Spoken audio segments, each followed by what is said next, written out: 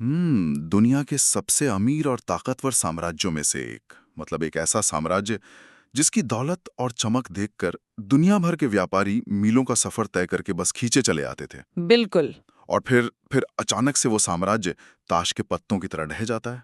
देखिए, आमतौर पर जब हम किसी इतने बड़े पतन के बारे में सोचते हैं ना, तो दिमाग में तोपें, भयानक युद्ध या विदेशी सेनाओं के हमले आते हैं, हाँ, वो एक स्वाभाविक सी बात है। है ना?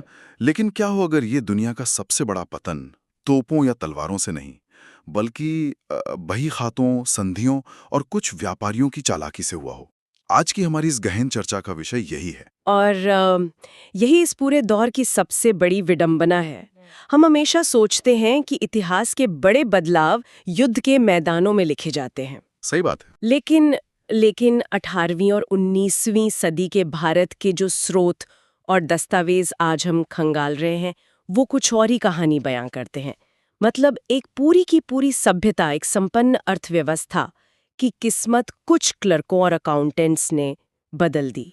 बिल्कुल। और हमारा मकसद सिर्फ तारीखें रटना नहीं है, बल्कि उस तंत्र को समझना है जिसने दुनिया की सबसे समृद्ध अर्थव्यवस्थाओं में से एक को गरीबी और अकाल से ग्रस्त एक औपनिवेशिक राज्य में बदल दिया। सही कहा आपने। तो इस कहानी की शुरुआत होती है एक बहुत बड़े राजनीतिक खालीपन से।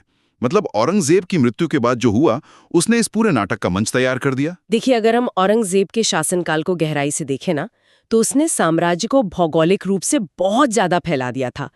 लेकिन उसकी जो नीतियां थीं, चाहे वो अत्यधिक केंद्रीकरण हो, जहां हर छोटे फैसले के लिए दिल्ली की तरफ देखना पड़ता था, या फिर उसकी धार्मिक असहिष्णुता, इन सब ने अंदर ही अंदर बगावत के बीज बो दिए थे। उसने राजपूतों, मराठों और जाटों को क्षेत्रीय स्वायत्तता देने से साफ इनकार कर दिया था।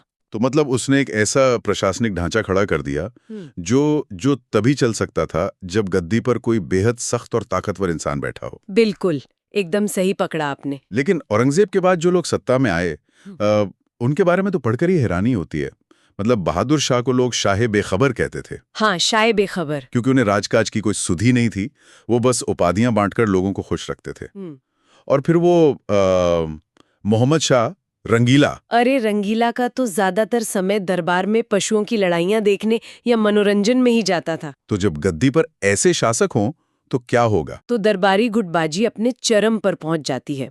मुगल दरबार में उस समय तुरानी, ईरानी और हिंदुस्तानी गुट बन गए थे, और ये सब साम्राज्य को मजबूत करने के बजाय सत्ता के लिए आपस में ही लड़ रहे थे। बिल्कुल, जब केंद्र खोखला हो जाता है ना, तो किनारे अपने आप टूटने लगते हैं। मुझे ये पूरा परिदृश्य आज की कॉर्पोरेट जगत जैसा लग रहा है। वो कैसे? जरा इस तरह देखिए, एक बहुत बड़ी मोनोपोली कंपनी है, उसका जो कड़क सीईओ है वो अचानक दुनिया से चला जाता है। अब मैनेजमेंट आपस में लड़ रहा है, बोर्डरूम में भयंकर राजनीति हो रही है और कंपनी दिवालिया होने के कगार पर है। समझ रही हूँ। तो ऐसे में मार्केट में क्या होता है? कई छोटी, फुर्तीली और महत्वाकांक्षी स्टार्टअप कंपनियां उस बड़ी मोनोपोली का मार्केट शेयर छीनने के लिए मैदान में उतर आती हैं। ये तुलना स्थिति पर एकदम सटीक बैठती है। उस समय के जो स्टार्टअप्स थे, वही नई क्षेत्रीय शक्तियां थीं जो मुगल साम्राज्य के मलबे पर बहुत तेजी से उभर रही थीं। जैसे कि मराठा और सिख। हाँ, मराठा, सिख, जाट, ये सब अपने अपने प्रभाव क्षेत्र बढ़ा रहे थे। और ये कोई छोटी मोटी ताकतें नहीं थी। बिल्कुल नहीं। मराठों का सपना तो कटक से अटक तक अपना झंडा फहराने का था। बाजीराव की रणनीतियों ने तो मुगलों को दिल्ली तक हिला दिया था। और उधर पंजाब में बंदा बहादुर के नेतृत्व में सिख एकजुट हो रहे थे। और जाट साम्राज्य, मुझे दस्तावेजों में जाट शासक सूरजमल के बारे में पढ़कर बड़ा आश्चर्य हुआ। हाँ, वो बहुत दिलचस्प है। मतलब उन्हें उनकी बुद्धिमत्ता की वजह से जाटों का प्लेटो या यूलिसिस कहा जाता था। सूरजमल की सबसे बड़ी खासियत यही थी कि वो सिर्फ एक योद्धा नहीं थे, वो एक रणनीतिकार भी थे। वो जानते थे कि कब लड़ना है और कब अपनी सेना को बचाकर पीछे हटना है। उन्होंने ऐसे मजबूत किले बनाए जिन्हें भेदना लगभग नामुमकिन था। तो अब एक मिनट, मुझे यहाँ एक बात खटक रही है। क्या? अगर ये स्टार्टअप्स इतनी ही स्मार्ट थे, इनके पास सूरजमल जैसे रणनीतिकार थे, मराठों के पास इतनी बड़ी सेना थी कि वो दिल्ली पर हावी हो गए थे, तो फिर ये खुद एक नया राष्ट्र क्यों नहीं बना पाए? यही तो सबसे बड़ा सवाल है। मतलब एक तीसरी और बाहरी ताकत, अंग्रेज, आकर इन्हें कैसे पछाड़ गई? यहाँ हमें उस दौर की सबसे बड़ी कमजोरी को समझना होगा। ये क्षेत्रीय ताकतें सैन्य रूप से मजबूत जरूर थी, लेकिन इनके बीच किसी भी तरह के राष्ट्रवाद की भावना नहीं थी। अच्छा, मतलब पूरा भारत एक है, ऐसा कोई विचार नहीं था? बिल्कुल नहीं। उनका लक्ष्य भारत को एकजुट करना नहीं, बल्कि अपने अपने राज्य का विस्तार करना था। मराठा अगर दिल्ली या बंगाल तक पहुंचते थे तो वो वहां से सिर्फ चौथ यानी टैक्स वसूलते थे। हाँ। इस आपसी खींचतान ने इन सबको अंदर से थका दिया था। और इसी फूट ने एक भारी व्यापारिक कंपनी के लिए दरवाजा खोल दिया। एक ऐसी कंपनी जो बस भारत में मसाले और कपड़े खरीदने आई थी, ईस्ट इंडिया कंपनी।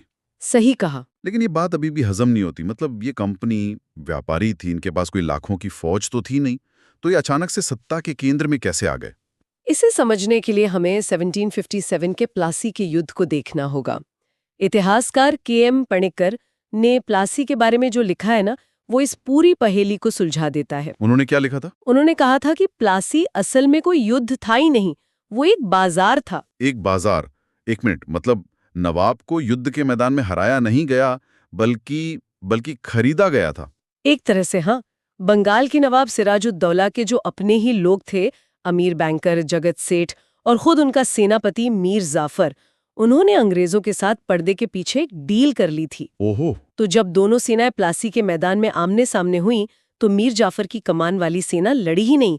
मतलब अंग्रेजों ने एक भी बड़ा हमला किए बिना बंगाल का खजाना और सत्ता हासिल कर ली। ये तो सीधा सीधा अंदरूनी गद्दारी का फायदा उठाना हुआ। लेकिन देखिए, सिर्फ गद्दारी और जोड़तोड़ से कोई पूरे उपमहाद्वीप पर तो कब्जा नहीं कर सकता ना? बिल्कुल नहीं। इसलिए 1764 का बक्सर का युद्ध भारतीय इतिहास में ज्यादा अहमियत रखता है। प्लासी एक धोखा था, लेकिन बक्सर एक असली सैन्य जीत थी। वहां अंग्रेजों की अनुशासित सेना ने मीर कासिम, अवध के नवाब शुजा-उद-दौला और मुगल बादशाह शाह आलम द्वितीय की संयुक्त सेना को आमने सामने की लड़ाई में हरा दिया। इस जीत ने उन्हें उत्तर भारत की सबसे बड़ी सैन्य शक्ति बना दिया। लेकिन फिर भी भारत में रजवाड़ों और नवाबों की कोई कमी तो थी नहीं। मुट्ठी भर अंग्रेज अधिकारी इतने बड़े बड़े राजाओं को अपनी शर्तों पर कैसे झुका पाए? क्या बक्सर के बाद हर राज्य को तोपों के दम पर डराया गया, या फिर उन्होंने हमारे प्रशासनिक सिस्टम को हैक कर लिया था? उन्होंने सिस्टम को हैक किया था और इसके लिए उन्होंने कूटनीति और कानूनों का ऐसा जाल बुना जिसे समझना राजाओं के लिए बहुत मुश्किल था। अच्छा। साम्राज्य विस्तार के लिए उनका सबसे चालाक उपकरण था लॉर्ड वेलेस्ली की सहायक संधि या सब्सिडियरी अलायंस। ये कैसे काम करती थी? अंग्रेज किसी भारतीय राजा के पास जाते और कहते, देखिए, आपके पड़ोसी राज्य आप पर हमला कर सकते हैं, हम आपकी सुरक्षा की गारंटी लेते हैं। हमारी एक ब्रिटिश सेना आपके राज्य में ही तैनात रहेगी, लेकिन इस सेना का पूरा खर्च आपको उठाना होगा। और राजा इसके लिए राजी हो जाते थे? ये तो मुझे बिल्कुल किसी माफिया मॉडल जैसा लगता है, जो प्रोटेक्शन मनी वसूलते हैं। बिल्कुल वैसा ही था। कई राजा राजी हो गए क्योंकि उन्हें लगा कि अब उन्हें अपनी सेना पालने की झंझट नहीं रहेगी। लेकिन इस संधि की शर्तें बहुत खतरनाक थीं। क्या शर्तें थीं? जिस राजा ने ये संधि मान ली, वो अंग्रेजों की इजाजत के बिना न तो किसी से युद्ध कर सकता था, न ही कोई सुलह। यहाँ तक कि उनके दरबार में एक ब्रिटिश रेजिडेंट बिठा दिया जाता था जो हर फैसले पर नजर रखता था। मतलब राजाओं ने अपनी सुरक्षा के नाम पर अपनी आजादी, अपनी संप्रभुता गिरवी रख दी। वो सिर्फ नाम के राजा रह गए, एक ऐसे शेर जिनके दांत और नाखून दोनों निकाल लिए गए हों। बहुत सही उदाहरण दिया आपने। और जो कसर बची थी वो लॉर्ड डलहौजी के व्यपगत का सिद्धांत यानी डॉक्ट्रिन ऑफ लैप्स ने पूरी कर दी। इसके जरिए अंग्रेजों ने एक ऐसा कानूनी फंदा तैयार किया जिसने बिना एक भी गोली चलाए कई राज्यों को कंपनी में मिला लिया। हाँ, इसके बारे में तो अक्सर चर्चा होती है कि अगर किसी राजा का अपना सगा बेटा नहीं है तो वो राज्य सीधे ईस्ट इंडिया कंपनी का हो जाएगा। दत्तक पुत्रों को वो मान्यता नहीं देते थे। हाँ, बिल्कुल। लेकिन जरा इसे प्रैक्टिकली समझाइए। मतलब अगर कोई राजा या रानी कहती है कि ये मेरा गोद लिया हुआ बेटा है और यही वारिस होगा, तो अंग्रेज उन्हें कैसे रोक सकते थे? राजशाही में तो राजा का आदेश ही कानून होता है ना। यहीं पर सहायक संधि का असल असर दिखता है। अंग्रेजों ने सहायक संधि के जरिए पहले ही इन राज्यों की अपनी सैन्य ताकत को तो खत्म कर दिया था। अरे हाँ। राजा पूरी तरह से ब्रिटिश सेना पर निर्भर हो चुके थे। तो जब डलहौजी ने आकर कहा कि हम आपके दत्तक पुत्र को वारिस नहीं मानते, तो उन राजाओं के पास विरोध करने के लिए अपनी कोई फौज बची नहीं थी। क्या बात है। मतलब पहले निहत्था किया और फिर हड़प लिया। बिल्कुल। झांसी, सतारा, नागपुर, ये सब इसी कानूनी दावपेच के शिकार हुए। तो अब तस्वीर पूरी तरह साफ हो रही है। एक व्यापारिक कंपनी ने सत्ता हथिया ली, राजाओं को निहत्था कर दिया और कानून बनाने का अधिकार अपने हाथ में ले लिया। हाँ। अब देखिए, जब कॉरपोरेट मानसिकता वाले लोग कानून बनाते हैं तो उनका एकमात्र लक्ष्य क्या होता है? अधिकतम मुनाफा। और इसके बाद उन्होंने भारत की सदियों पुरानी कृषि और भूमि व्यवस्था का जो हाल किया ना, वो इतिहास के सबसे स्याह पन्नों में से एक है। सही कहा। उन्होंने भारतीय कृषि को पूरी तरह से एक औपनिवेशिक अर्थव्यवस्था में बदल दिया। मुगलों या उससे पहले के समय में जमीन का मालिक आमतौर पर वो किसान होता था जो उसे जोतता था। वो अपनी उपज का एक हिस्सा शासक को टैक्स के रूप में देता था। लेकिन अंग्रेजों ने जमीन को एक कमोडिटी या वस्तु बना दिया, एक ऐसी चीज जिसे आजादी से खरीदा, बेचा या नीलाम किया जा सकता था। और इसके लिए उन्होंने वो 3 नई कर व्यवस्थाएं लागू की है ना, जमींदारी, रियतवाड़ी और महलवाड़ी। जी हाँ। जमींदारी व्यवस्था के बारे में हम जानते हैं कि 1793 में लॉर्ड कॉर्नवालिस ने इसे बंगाल और बिहार में लागू किया था। इसमें जमींदारों को जमीन का स्थायी मालिक मान लिया गया था, बशर्ते वे अंग्रेजों को एक तय रकम देते रहें। लेकिन यहाँ एक बहुत बड़ा पेंच था। वो क्या? अंग्रेजों का हिस्सा तो तय था, कुल वसूली का 89% कंपनी का और 11% जमींदार का। लेकिन जमींदार किसान से कितना टैक्स वसूलेगा, इसकी कोई अधिकतम सीमा ही तय नहीं की गई थी। ये तो लूट का लाइसेंस देने वाली बात हो गई। मतलब कंपनी ने अपना मुनाफा पक्का कर लिया और जमींदार को खुली छूट दे दी कि वो किसान को जितना चाहे उतना निचोड़ सकता है। और ऐसा ही हुआ। जो किसान पीढ़ियों से जमीन के मालिक थे, वे रातों रात अपनी ही जमीन पर सिर्फ किराएदार बनकर रह गए। टैक्स नहीं दिया तो सीधा जमीन से बेदखल। और ये बाकी दोनों व्यवस्थाएं, रैयतवाड़ी और महलवाड़ी, कैसे काम करती थी? क्या उनमें किसानों को थोड़ी बहुत कोई राहत थी? कोई राहत नहीं थी। रैयतवाड़ी व्यवस्था मद्रास और बंबई की तरफ लागू की गई। इसमें अंग्रेजों ने जमींदारों को हटाकर सीधे किसानों यानी रैयतों से टैक्स लेना शुरू किया। सुनने में तो अच्छा लगता है कि बिचौलिया नहीं है। सिद्धांत रूप में अच्छा लगता है, लेकिन टैक्स की दरें इतनी ज्यादा थीं कि किसान की कमर ही टूट गई। और जो महलवाड़ी व्यवस्था उत्तर पश्चिम भारत में लागू हुई, उसमें पूरे गांव या महाल को एक यूनिट मान लिया गया। अच्छा, तो पूरा गांव मिलकर टैक्स देगा? हाँ, लेकिन जमीनी स्तर पर गांव के जो सबसे ताकतवर और रसूखदार लोग होते थे, वे टैक्स का सारा बोझ छोटे और गरीब किसानों पर डाल देते थे। अगर हम इन तीनों व्यवस्थाओं को आज के संदर्भ में देखें ना, तो ये मुझे बिल्कुल प्रेडेटरी लेंडिंग, यानी वो जो शोषणकारी ऋण व्यवस्था होती है, बिल्कुल वैसी लगती है। बिल्कुल सही। जहां शर्तें इतनी कड़ी रखी जाती हैं कि आदमी का कर्ज में डूबना तो तय ही है। अब सोचिए, जब टैक्स इतना ज्यादा है, बारिश नहीं हुई, फसल खराब हो गई है और अंग्रेज टैक्स कम करने को तैयार नहीं है, तो वो बेचारा किसान क्या करता होगा? उसके पास सिर्फ एक ही रास्ता बचता था, साहूकार। अंग्रेजों की इस नई व्यवस्था ने गांव में एक नया शोषक वर्ग पैदा कर दिया। साहूकार से कर्ज लेना बहुत आसान था, लेकिन उस पर ब्याज की दरें इतनी भयानक थीं कि आप सोच भी नहीं सकते। कई बार ये 12% से शुरू होकर 300% तक जाती थीं। 300%? अरे बाप रे, ये कोई कैसे चुका सकता है? वो चुका ही नहीं पाते थे।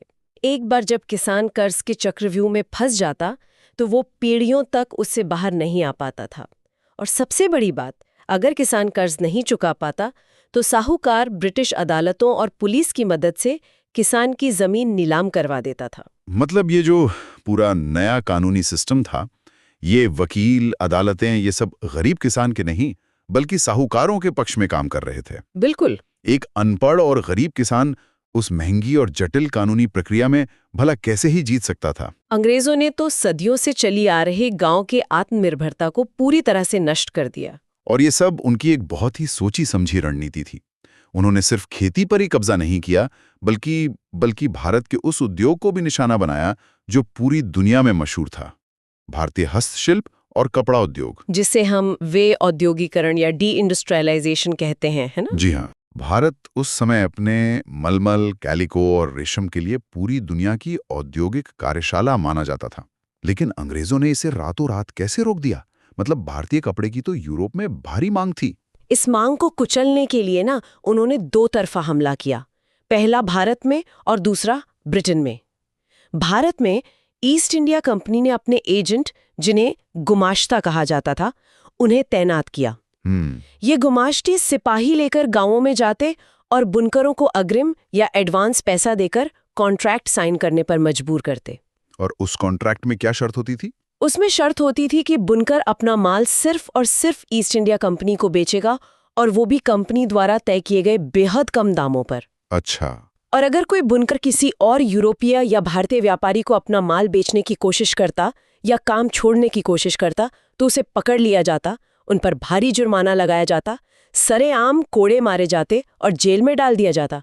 ये व्यापारिक प्रतिस्पर्धा तो बिल्कुल नहीं थी, ये तो सीधा सीधा राजकीय आतंकवाद और उत्पीड़न था। और ब्रिटेन में क्या हो रहा था? वहां भी तो कपड़े बन रहे होंगे। हाँ, ब्रिटेन में उस समय औद्योगिक क्रांति आ रही थी। मैनचेस्टर और लंकाशायर की मिलों में मशीनों से कपड़ा बन रहा था। ब्रिटिश कपड़ा मिलों के मालिकों ने संसद पर दबाव डाला कि भारतीय कपड़े पर प्रतिबंध लगाया जाए। नतीजतन ब्रिटेन में भारतीय कपड़ों पर इतने भारी आयात शुल्क यानी इंपोर्ट ड्यूटी लगा दिए गए कि वहां कोई आम आदमी उसे खरीद ही ना सके। और मैं शर्त लगा सकता हूं कि भारत में इसका बिल्कुल उल्टा हो रहा होगा। एकदम सही। भारत में ब्रिटिश कपड़ों पर आयात शुल्क घटाकर न के बराबर लगभग 2.5% कर दिया गया। अब आप ही बताइए, भारत का हाथ से बुना हुआ और महंगा कपड़ा ब्रिटेन के मशीनी और सस्ते कपड़े का मुकाबला कैसे कर सकता था? बिल्कुल नहीं कर सकता। भारत को सिर्फ कपास उगाने वाला खेत बना दिया गया और फिर उसी कपास से बना मशीनी कपड़ा वापस लाकर भारत के बाजारों में डंप किया जाने लगा। इस पूरी आर्थिक लूट को, इस ड्रेन को अगर किसी ने सबसे पहले आंकड़ों के साथ पकड़ा था तो वो थे दादा भाई नौरोजी। हाँ, उनका काम बहुत महत्वपूर्ण है। 1867 में उन्होंने एक बेहद महत्वपूर्ण पेपर पढ़ा था, इंग्लैंड्स डेट टू इंडिया। इसी में उन्होंने अपना मशहूर धन की निकासी या ड्रेन ऑफ वेल्थ का सिद्धांत पेश किया था। नौरोजी ने पहली बार दुनिया को समझाया कि कैसे भारत का खून चूसकर ब्रिटेन अपनी अर्थव्यवस्था को मजबूत कर रहा है। रेलवे, सेना का खर्च, ब्रिटिश अधिकारियों की पेंशन, ये सब भारत के खजाने से दिया जा रहा था। और इसके बदले में भारत को कोई भौतिक या आर्थिक लाभ नहीं मिल रहा था। ये एक ऐसा रिसाव था जो देश की अर्थव्यवस्था को अंदर ही अंदर सुखा रहा था। और इसी रिसाव को इतिहासकार आरसी दत्ता ने बहुत ही मार्मिक शब्दों में बयां किया है। हाँ, उनका वो उद्धरण। उन्होंने लिखा था कि भारत का मॉनसून दूसरों के खेतों को उपजाऊ बनाने के लिए बरस रहा है। उन्होंने नादिर शाह के हमले का जिक्र किया था। मतलब नादिर शाह दिल्ली आया, उसने भयानक कत्लेआम किया, खजाना लूटा और वापस चला गया। वो लूट एक बार की थी, बिल्कुल। लेकिन अंग्रेजों की ये कूटनीतिक लूट तो एक ऐसे घाव की तरह थी जो रोज गहरा हो रहा था और लगातार रिस रहा था। और इस निरंतर लूट का जमीनी असर इतना खौफनाक था कि उसकी कल्पना करना भी मुश्किल है। टैक्स चुकाने के लिए अंग्रेजों ने किसानों को नगदी फसलें या कमर्शियल क्रॉप्स उगाने पर मजबूर कर दिया, जैसे नील, कपास और अफीम। जो खेत पहले गांव के लिए अनाज उगाते थे, वे अब दुनिया के बाजार के लिए कच्चा माल उगा रहे थे। इसका सीधा असर खाद्य सुरक्षा पर पड़ा। और यही सबसे दर्दनाक हिस्सा है। जब हम अकालों के आंकड़े देखते हैं तो वो सिर्फ आंकड़े नहीं लगते, वो एक पूरी सभ्यता की चीख सुनाई देते हैं। बहुत सही कहा। 1864 से 1901 के बीच के दौर में भारत में 24 भयानक अकाल पड़े और इन अकालों में लगभग 2 करोड़ 90 लाख, जी हाँ, 2 करोड़ 90 लाख लोगों की जान चली गई। और यहाँ हमें एक कड़वा सच समझना होगा। ये मौतें सिर्फ इसलिए नहीं हुई कि बारिश नहीं हुई या देश में अनाज पैदा नहीं हो रहा था। तो फिर कई अकालों के दौरान अनाज उपलब्ध था, लेकिन वो अनाज भारत से निर्यात किया जा रहा था। मौतें इसलिए हुईं जो कि अंग्रेजों की कर व्यवस्था और वे औद्योगिकरण ने लोगों को इतना गरीब कर दिया था कि उनके पास वो अनाज खरीदने के लिए पैसे ही नहीं बचे थे। ये प्राकृतिक आपदा से ज्यादा एक मानव निर्मित त्रासदी थी। 2 करोड़ 90 लाख मौतें सिर्फ इसलिए क्योंकि एक व्यापारिक कंपनी को अपना बैलेंस शीट और मुनाफा चमकाना था। बिल्कुल। 18वीं सदी के उस खंडित भारत ने अनजाने में एक ऐसे कॉरपोरेट तंत्र को पनपने का मौका दे दिया जिसने न केवल राजाओं की सत्ता छीनी बल्कि एक बेहद चालाक कानूनी और आर्थिक ढांचा बनाकर देश का खून आखिरी कतरे तक निचोड़ लिया। ये पूरा घटनाक्रम हमें ये सिखाता है कि राजनीतिक शून्यता और संकीर्ण दृष्टि कितनी खतरनाक हो सकती है। सत्ता पर कब्जा हमेशा हथियारों से नहीं होता। कई बार नीतियां, टैक्स और व्यापारिक एकाधिकार विदेशी सेनाओं से कहीं ज्यादा विनाशकारी साबित होते हैं। बिल्कुल। और इस पूरी गहन चर्चा के बाद एक सवाल जो जहन से नहीं जाता, क्या वो औपनिवेशिक कॉरपोरेट टेकओवर वाकई इतिहास बन चुका है? ये एक बहुत दिलचस्प सवाल है। मतलब क्या आज के इस आधुनिक वैश्वीकृत दौर में भी ऐसा कुछ देखने को मिलता है, जहां विकासशील देशों से कच्चे माल और संसाधनों का दोहन होता है और ब्रेन ड्रेन यानी प्रतिभा पलायन के रूप में सबसे बेहतरीन दिमाग और आइडियाज विकसित देशों की तरफ चले जाते हैं? क्या वो पुराना औपनिवेशिक मॉडल सच में खत्म हो गया है, या उसने आज सिर्फ अपना रूप बदलकर कोई नया अदृश्य कॉरपोरेट चोला पहन लिया है? ये सोचने वाली बात है। आज के लिए बस इतना ही।